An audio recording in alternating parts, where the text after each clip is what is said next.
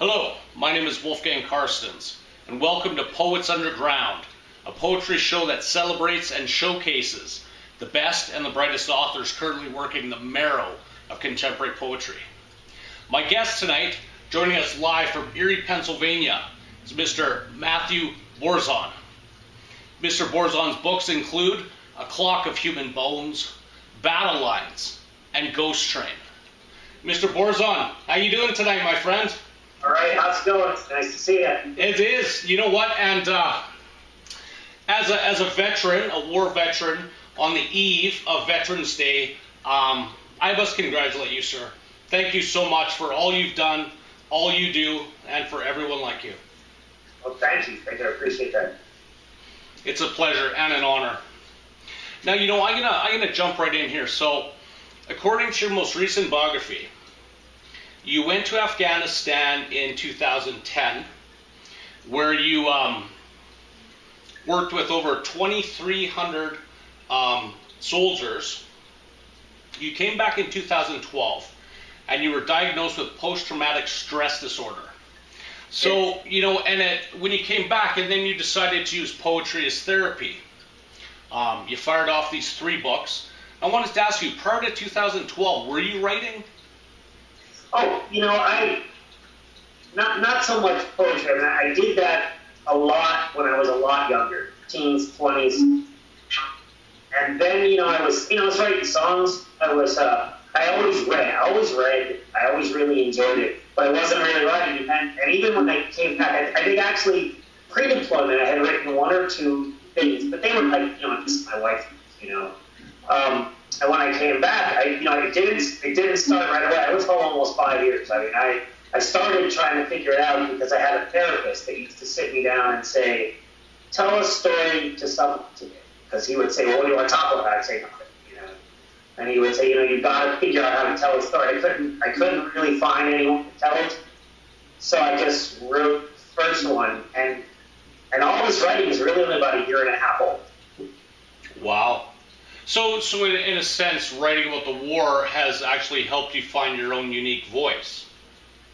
Yeah, probably. I was interested in the craft of writing. I just didn't really know what I wanted to say. It took all of this to get me sort of crystallize on, okay, well, what am I trying to do? I'm trying to tell essentially a story that that was bothering me and that I really didn't have any way to let out any other production. Okay.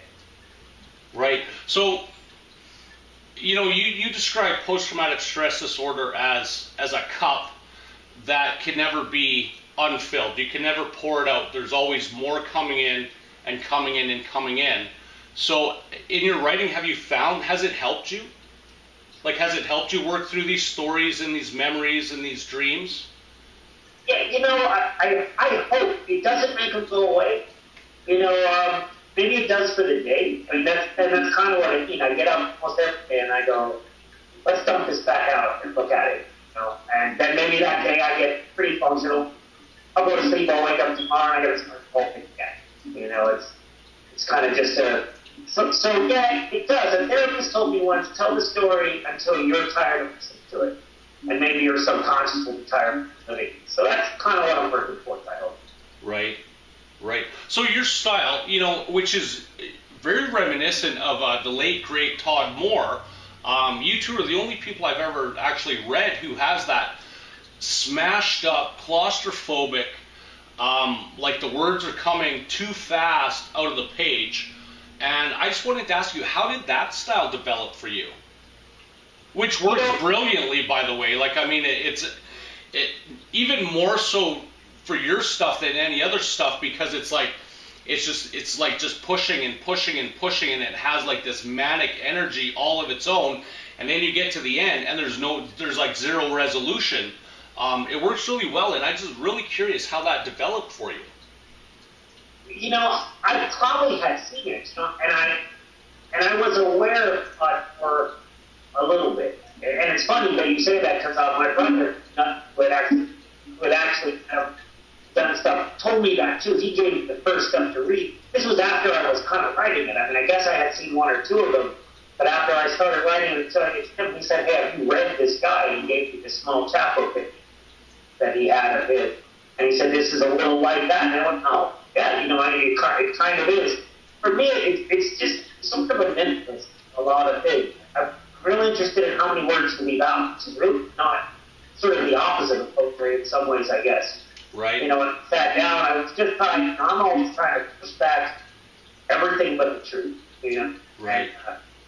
And how it just, I played with a couple of things. I just found the shorter it got, the less I had to worry about extraneous work, and about 2 words a line feels about exactly right. Right. And then there was a thing I said, I'm always sort of like falling down this deep hole, but even it was a visual artist before I was writing.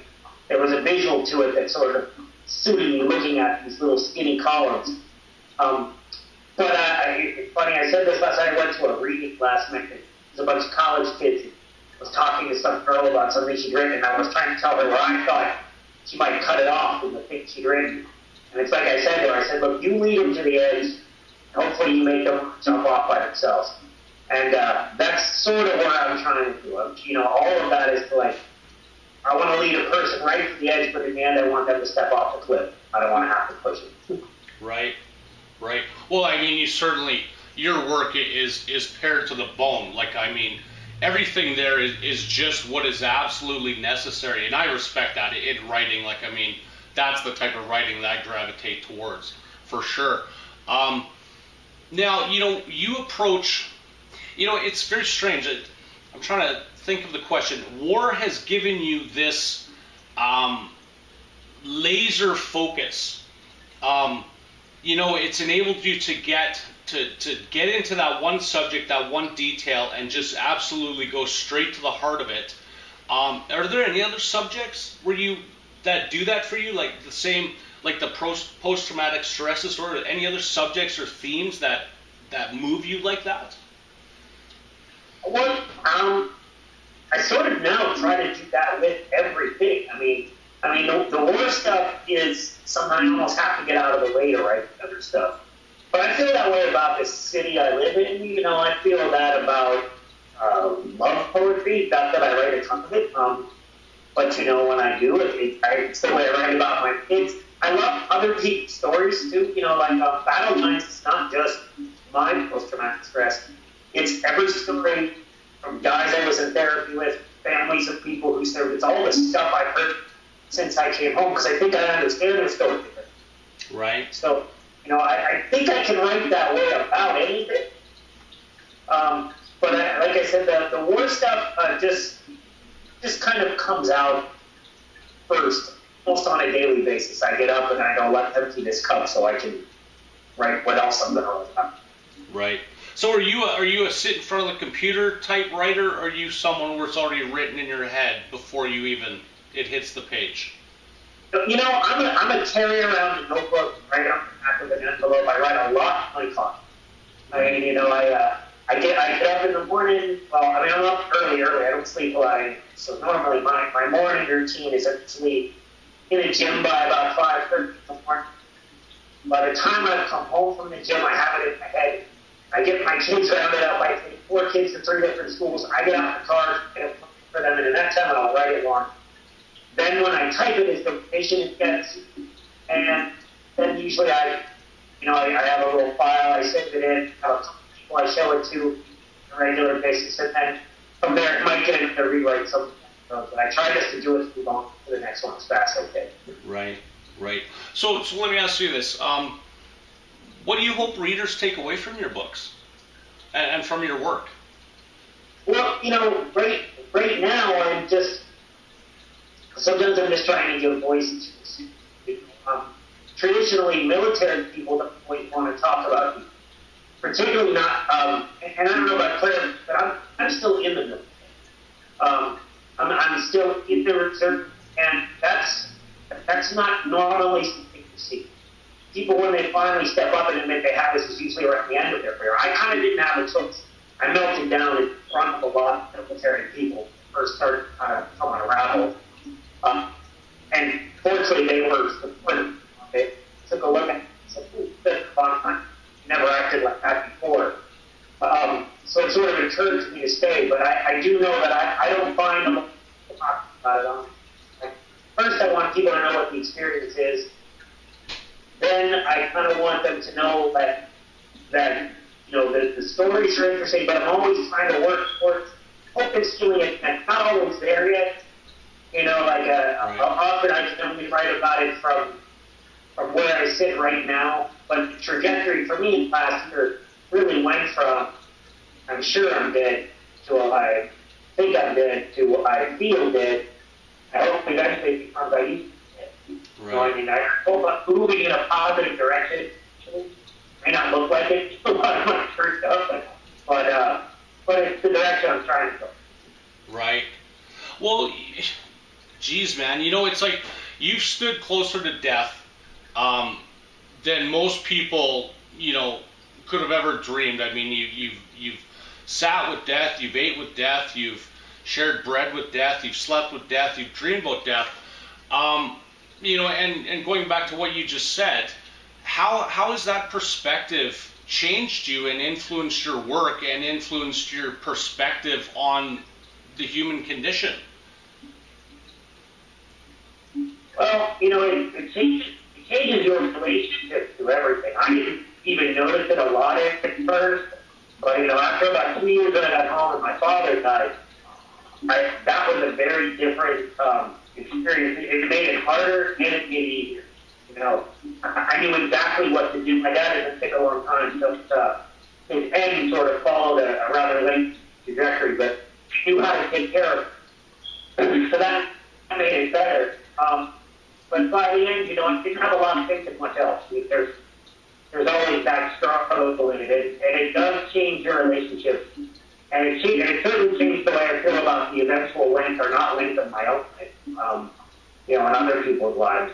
So, one of the things that I love about your work is that grab right now and squeeze everything out of it you can. It's hard not to feel that way after that. I watch children die, I watch kids young enough to be, my kids die, and you do really kind of get that. You don't know how long you have. Even if I've never done that to me, until you face it, you don't know. Eventually you have to look at it and say, this could be done tomorrow. What do you want to get done today? And you don't have a lot of time to learn it. Right. It's one of the questions that interests me is the poet's role in society and whether or not the poet has a role in society and what exactly is their responsibility to society. And I'm even more so interested in your case, like hearing your take on that. Do you think you have a role in society and a responsibility to society? Absolutely. And I think it's all the arts. It's not just poets, but it's certainly poets. Too much of the world does not want to see the truth. Television is not true at all. I mean, television, you're 18 to 35. That's how you are. The media, as we all know, isn't telling the truth. There has to be a little corner of somebody that's still going to tell the truth, even if it affects nothing today. In 100 years, people are going to want to know what my experience was, and who knows what they feel. In my day, I thought the American Indian experience was exactly what you saw in John Wayne movies. It was always, evil Indians riding over the hill. And I was probably in college before I read Bury My Heart at Ruby Dee and found out how different that was. Right. And I sort of think there's a little bit of that. Eventually, you're going to put the spin, the Hollywood turn, and the color on everything that just was, and, awful terrorists we were fighting. And there's a lot more to it. It's more layered. I'm trying to just nail down a little bit of truth for later. And the arts, in a way, the good part about being sort of forgotten is nobody's censoring our truth at this point. Right. That's excellent, sir. It's interesting you mentioned that too because, and I told you this before after I read your book, A Clock of Human Bones. I mean, I've been searching for a book like A Clock of Human Bones for decades. I mean, I've searched through, World War II poetry, World War I poetry, soldiers' letters, anything, just to get some semblance of the truth. It's like when they sent the first man to the moon. I mean, they should have sent a poet, right? So in this case, it's kind of like, you are the soldier who came back and was able to tell the story in a way that I can experience it in the way that I need to experience it in order to fully appreciate it. So, yeah, no, thank you for that. That's a great answer, man. Thank you for saying it. It's funny because I don't know it so much in poetry, but I think this about war songs, or anti-war songs particularly. I don't like too many of them. Not that I have any. I like their message, but everyone wants to write from the perspective of a soldier, and I listen to them, and then when they lapse into the overtly political part of it, I go, oh, you just lost it. That's no soldier. Right. There's not. The only really good anti-war song, there's a guy named Kevin Kinney from a band called Driving and Crying. He wrote a song called The Country Song. And it is just about a guy who has to go. And the refrain is just him looking at the sky and pointing at stars and going, that's for my mom, that's for my dad, that's for the country, for June and Johnny Cash. Yeah, right. That's awesome. That one's for me. You. Right. And that's what soldiers think about it. You do not sit in the midst of everything that's going on and blame anyone. First, I was too freaking busy trying to plug holes, Yeah, right. I didn't blame anyone. I joined the Navy. I knew what I was doing. I trained to go do exactly the job I was going to do. So, that there's a political end of it, because, it's like someone just asked me the other day, too, why I don't ever do this. I don't, because I don't feel it. I mean, I was so busy, I was so busy missing my 4 kids and normalcy of my life, ducking, orders and shipping snow, thrown over the wall and wire, that I didn't have any time to go, gee, I wonder how, the president got us into this, it's really foreign thinking to any soldier and serves in a certain way. Maybe, maybe when it's all over, but I don't think so. Right.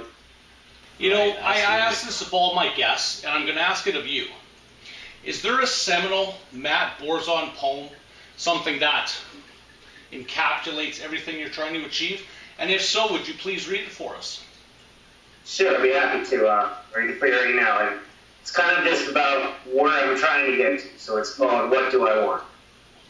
A simple question, really. But after these last 4 years, a dead father and a too-long war, I don't trust my instincts. And banking on myself feels like betting on a strange horse just because you like the name. So what do I want? I wanted dreams of my kids without missing arms. I want a day where nothing bad happening feels expected or normal. And maybe sand under my feet will only make me want to swim. I want to lose my memories of this war like old dog tags or spare change. I want the ghosts of the dead soldiers to carry the ghosts of the wounded far enough away so I can't hear their scream. Excellent. Excellent. Beautiful. Ladies and gentlemen, on Poets Underground, we love poetry. In fact, we love lots of poetry. And so, Matt, I'd like to give it to you, my friend. 15 minutes. Lay down some literary dynamite. The stage is yours. Ladies and gentlemen, Mr. Matthew Borczon. Thank you. This one's called Weapons. When you entered the hospital, you had to turn in all your weapons.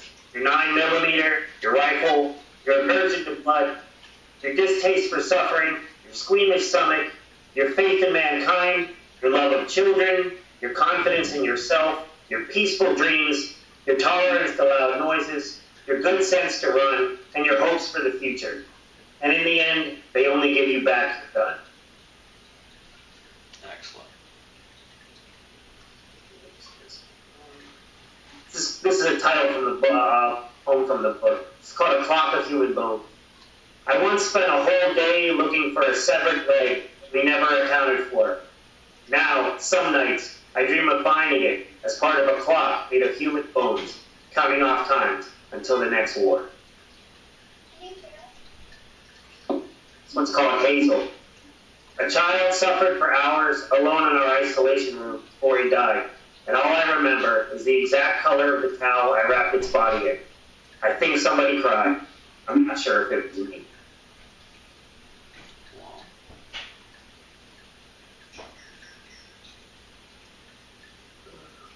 It's called Dream Too Often. Some nightmares are old friends. Tonight I am walking on bloody stumps through smoke towards a helicopter where I will help unload a stretcher holding a dead soldier who has the face of my youngest son. This has happened so many times now, I don't even flinch. Wow. I'll read one more from the old book and then I'll jump to the new book. So it's called hypervigilant. I thought it was enough to believe that I would go to Afghanistan to help people, not hurt them. Felt right, safe. I could separate myself from the killing. Only that doesn't work, and death ends up in your bunk, and in your shower stall, it's on the airfield, and in every room you walk in. And you taste it on your food like salt, feel it on your skin like dust. You can't wash it off your hands like blood. Use soap, use bleach, use God. Use anything you can get them to send from home. Because you only thought of the ones you could save, but it's the weight of the ones who die that climb on you like 60 pounds of Kevlar. And it's their death that keeps you scanning every room for trouble, keeps your back against the wall, and it's their voices that will tell you when it's time to run. Wow. I'll read a couple of things from my other book if I figure out where I put it. Bone deep, my friend. Bone deep. Thank you. Read a couple out of the new one.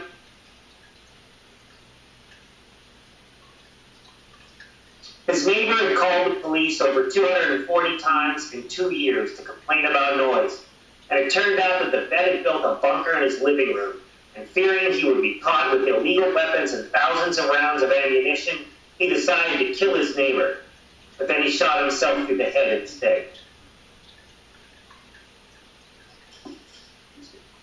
Brian emailed me to say he had read my poems online and asked if I was okay. Sure, man, I said. I'm just trying to make sense out of everything we saw. Brian says, no offense, brother, but I can't read your stuff anymore. I don't want your memories. Shit, I don't want my own.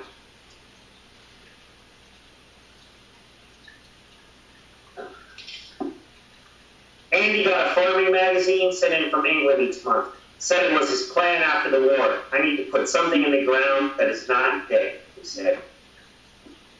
Love it. I'll read something brand new. I wrote this morning, so I had a question about my process. I write on anything I can find. So here's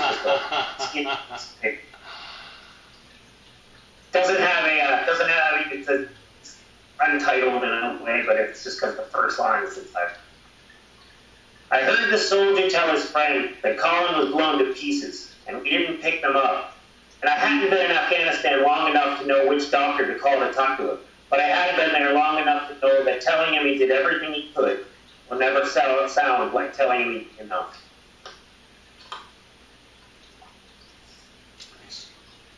This one is this one's called Roxicodone. Spent a sleepless night swallowing ghosts of dead soldiers as bombs exploded on my TV and oxycodone numbed pain from a tooth I had extracted after it shattered under the blue glove of an oral surgeon. I drank enough blood in one day to last a lifetime. This time, at least, it is my own. This one's called Early Morning Rain. In this town, banjo strings connect the power lines, and black crows play mountain odes as they caw into the orange sunrise, waking me from my dreams of gunfire and helicopters. My nights belong in the desert, and my days I dream of home.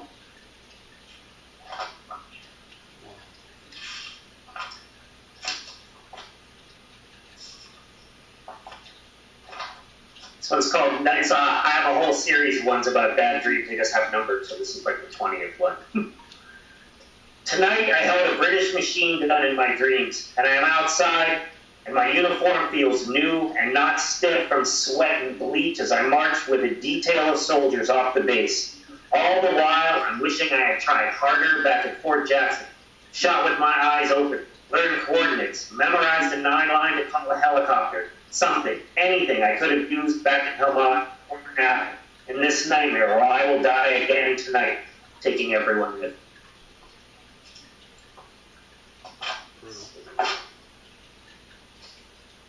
Find my some of my stuff that's not so much about the war. This one's still about the war. It's called post-deployment. I stripped and cleaned both my rifle and 9mm and gave back my body armor 2 full sea bags. Felt 100 pounds lighter for a while as I walked around folk trying to feel like a civilian again. I remember really enjoying those first few weeks back home before the weight of everything I could not give back from the war hit me, and I crushed everyone, those I loved and those I barely knew.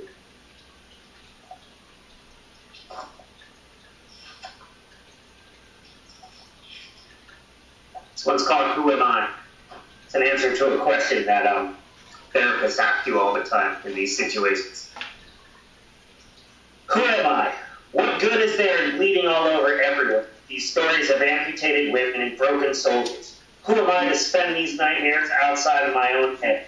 I already wake my children with my screams at night, and scare my wife with my silence, and frustrate my psychiatrist by repeating pills.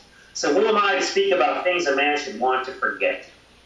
I am a broken American promise. A poor working-class middle-aged man who fell for a Roy Rogers, John Wayne line in the sands of Iwo Jima smokescreen, who packed the wounds and cleaned the dead, who pulled the staples from human stumps and swept bone fragments into small piles. I'm the guy who had to hold it together until I could lose it all in night terrors and dead baby dreams, who still looks for survivors in crowded bars and restaurants. I am the proverbial poor boy who fought a rich man's war, and I am what's left after you raise what's left of the flag. This one is going to be the first poem in my third book. This is just called Goodbye. The first time I left for Fort Jackson, Mark's girlfriend was crying so hard you'd think it was him going instead of me.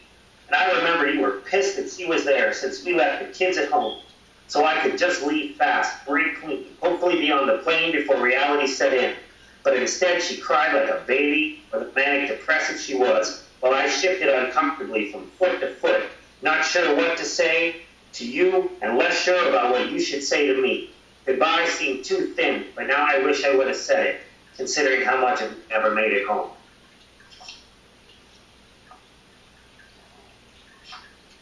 It's called Ghost Stories. I have learned in my years since the war that ghosts never give answers or forgiveness. No reasons, no redemption. The dead children of Nagasaki will not tell the descendants of the bomb makers it was all okay. No skinny, emaciated Jewish ghost will ever explain Auschwitz to the children of their German captors. And no dead soldier will ever wake me at night to say I know you did everything you could. So it's called Ghost on a Train. I am a ghost on a train, a drunken painter using his hat to make clouds on canvas, a memory of a war long over. I am the schizophrenic neighbor yelling at speeding cars, the unhappy wife making scrambled eggs through hot tea, a soldier with one leg walking through nightmares, and I am what is left when death enters a room and everything in God leaves. On my, here's another one on my list of the, when you asked me for the seminal poem, I think this a lot. This is called Added Up. 2,268 coalition and local national patients passed through the hospital I served in during my time in Afghanistan. That's how many decades of a rosary, how many turns of a prayer wheel, how many Buddhist chants or Christian prayers, how many burning poppy fields, how many rounds of ammunition, how many missing limbs or dead children, how many detainees and young soldiers, how many crying wives and long-distance phone calls, how many missed birthdays and lonely holidays, how many miles of ground taken, and how many miles lost, how many IEDs exploded, and how many left for people to still find, how many therapy sessions and psych medications, how many nightmares, and how many years will I lose adding it up and hoping the sum is more than everything I've lost since coming home. Wow, that's gorgeous. Find my one about the girl here. So I'm working through a big collection of stuff, and there's a lot of work to sit through. Right. Let's see. I'll get to it eventually. Let's do this one. It's called Sleepless Nights and Ghost Soldiers. Today, the weight of my world is 60 pounds of Kevlar. You get used to it, but never don't feel it or forget it's there. It's as big as the memories of my dead father. And no, today I don't want my medication. Some things never reach therapeutic level, just like some faces never leave my dreams. Today I can't drink it out of my head, and there is no pledge or serenity prayer loud enough to drown it out of the screams of the ghost soldiers, begging me nightly to give them something to make the pain go away.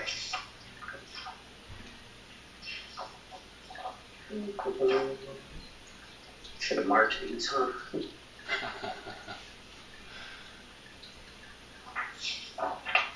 second here. Open these. Just how I was going to go.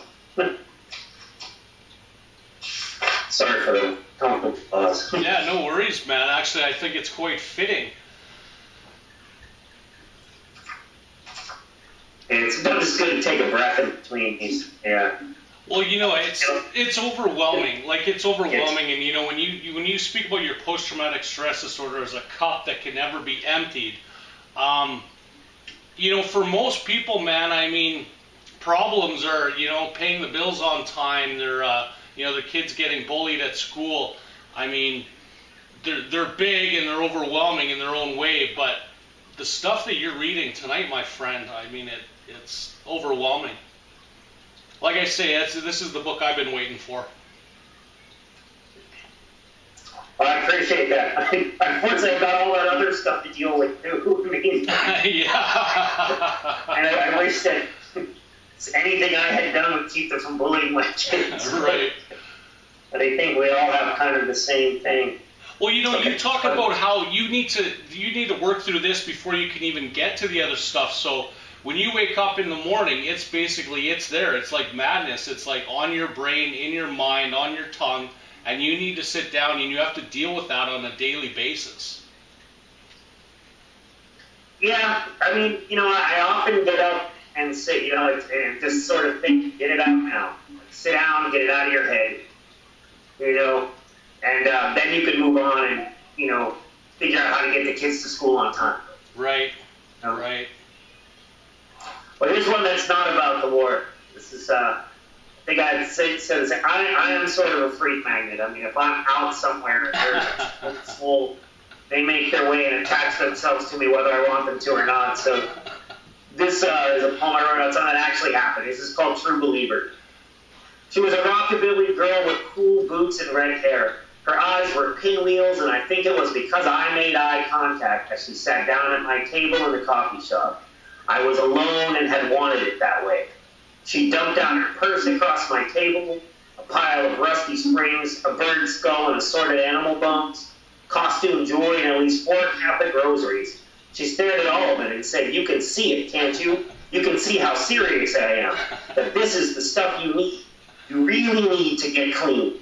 And my mind is sick, and I know I have to do something. These are the tools for getting myself clean and my mind right.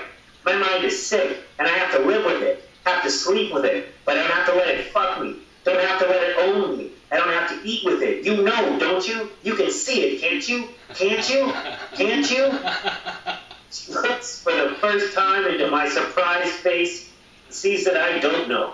And then maybe she wonders if she or anybody knows anything. Her wet hands fly around like birds as she stuffs her things back into her purse, and then she slinks away from my table like a wet cat crawling out in the rain. Love it. Yeah. Here's another one that's not about the war. I kind of like this one. This is about a pretty traditional Catholic ritual. This is called confirmation. After 8th grade, all my school friends went to the 2 Catholic high schools, and I went to public school. So my parents sent me to St. Jude for CCD, even though I was already confirmed, already a grown-up in the eyes of the church. That was the year that some county kids showed me their makeshift treehouse in the woods off Stark Park, where we'd skip CCD class to get high using a pipe made from a toilet paper roll and some tin foil. And Mark Donato firing it up would always remind us that the Lord works in mysterious ways, boys. Mysterious ways. Love it. That's fantastic. Let me read. How am I doing on time? You're doing good, man. You got enough room for at least another couple more. All right, great. I definitely want. Well, let me read the one I wrote for my daughter. I read a lot of them for my kids. This is for my youngest. This is called Souls. Hard to dispute the logic of a 5-year-old. Eliza wakes up shaking, crying. She calls my name. She is afraid of dying again. This feeling swallows her like a hand inside a pocket. As I hug her, I stroke her hair and give her the Catholic answers my parents gave me at her age. Don't worry, it's a long, long way off. And when it does happen, I will be there with Grandpa and all your family. Eliza's voice breaks. Daddy, I'm the youngest, so I will have to be alone for so long. I think she cries her way in tears. I can only hold her and feel scared. I know alone. It has ridden my shoulder daily since the war. I know fear of death. I have held a dead child's body and handed it back to its father. I know fear of life after war, fear of men without legs or arms, fear of my own life without faith, and almost no soul left. Fear of crowds, and the feeling that no matter how many people are around, I am still dying alone by minutes and inches. I say nothing, just pull her close, cry with her in silence, as I promise to her, to me, to the universe, and every religion's God, that I will get some of my soul back. Buy it, steal it, reclaim it, rebuild it, out of something or out of nothing. Somehow, some way I will have it, so I can leave it with her when I go. Wow. That's fantastic. Thank you. Oh, thanks. Let me see. I have one. See if I can find one I thought was a good one to end on. Wait, I know it's in here.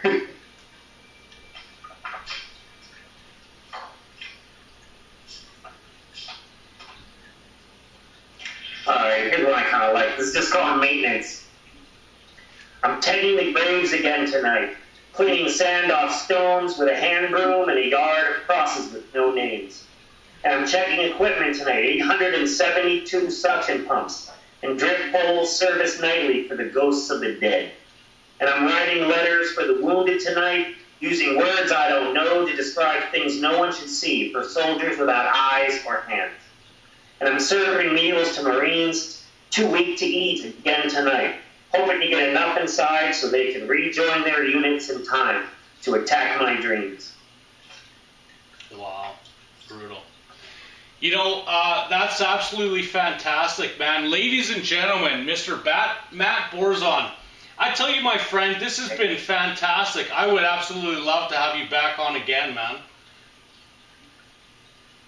Would love to do it, man. Absolutely. Fantastic. Now, do me a favor. From where and when. Yeah, absolutely. Would you please tell the readers and the watchers and the listeners how can they find your books and where can they find you online? All right. Well, my first book is called A Clock of Human Bones. You can get it through the Yellow Chair Review or on Amazon. My second book, Battle Lines, is coming out through Epic Rites Press as we speak, so you can go right there and get it. I know you can also, there's an Amazon link to that as well. In June of 2017, I have a book called Ghost Train that will come out through Weasel Press. Sometime around there you'll find it. Otherwise, if you just Google my name and hit poetry, you'll find a lot of stuff that will come up. I have a kind of big online presence that I work pretty hard at keeping constant, so I have things out monthly. Excellent. That's fantastic. Matt, it's been an absolute pleasure. Well, thank you very much. It's been fun for me too. And thanks for watching. We'll see you next time on Poets Underground. Good night.